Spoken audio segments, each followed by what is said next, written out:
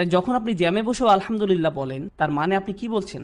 হে আল্লাহ, এটা দেখতে হয়তো খারাপ মনে হচ্ছে, কিন্তু আমি নিশ্চিত এর পেছনে একটা কারণ অবশ্যই আছে এবং আমার জন্য ভালো কিছু, এবং আমি আপনাকে এর জন্য ধন্যবাদ জানাই এবং আপনার প্রশংসা করছি, কারণ আমি নিরাপদে আছি। আমি খুশি কারণ আমার জন্য একটা গাড়ি আছে যা নিয়ে জ্যামে আটকে থাকতে পারি, কিন্তু কমপক্ষে একটা গাড়ি তো আছে। এজন্য যে আমার একটা চাকরি আছে। আপনি ইতিবাচক চিন্তা করতে শুরু করেছেন। আলহামদুলিল্লাহ যা করে তা হলো একজন মুসলিমকে ইতিবাচকভাবে ভাবতে বাধ্য করে। এখন সূরা ফাতিহার প্রথম শব্দটি মুসলিমরা সব সময় ব্যবহার করেন, সব সময়। ওই শব্দটা কি? আলহামদুলিল্লাহ। আমরা এটা ব্যবহার করি আমাদের দৈনন্দিন কথাবার্তায়, একে অপরের সাথে সাক্ষাতের সময়।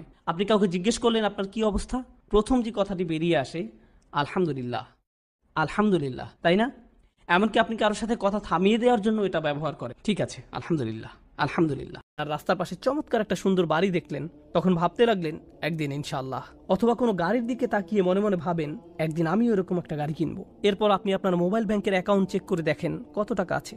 Not enough, not enough, not enough. এভাবে জমতে থাকলে আর মাত্র 12 বছর পরে গাড়িটি কিনতে পারবো।